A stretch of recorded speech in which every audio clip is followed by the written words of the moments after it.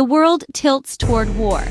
Let's go back about a century, right after a war so destructive that people called it the war to end all wars. But history had other plans. After World War I ended, the world was battered and bruised.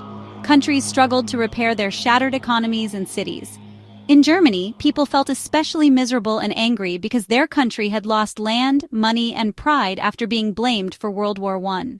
The Treaty of Versailles, which ended that war, forced Germany to accept guilt, pay huge fines, and shrink its army. Many Germans thought they were unfairly punished. As the 1920s rolled into the 1930s, things got even worse. The Great Depression swept across the world.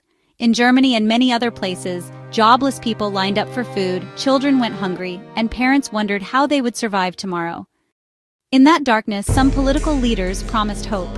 One of them was Adolf Hitler.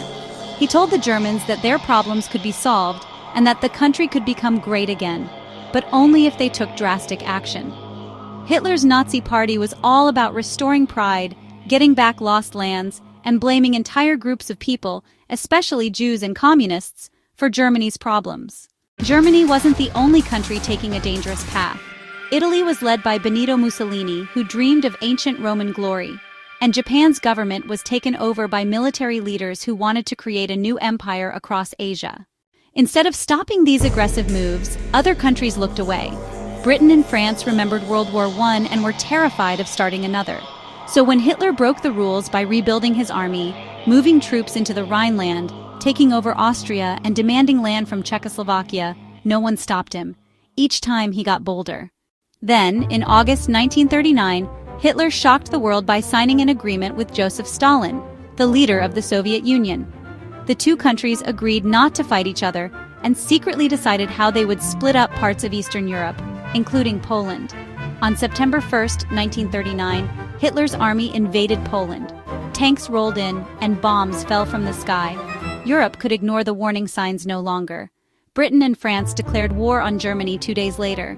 The world was once again at war, this time on a bigger, deadlier scale than ever before. But World War II didn't start because of a single event. It happened because countries ignored their problems, hoped for peace while dictators grew stronger, and let fear, anger, and hate go unchallenged. Millions would suffer because people and nations failed to act before things spiraled out of control. As we study this history, remember, war begins slowly, like a storm on the horizon. It's shaped by decisions, chances missed, and by the hard truth that standing up to injustice early is always easier than stopping a runaway disaster.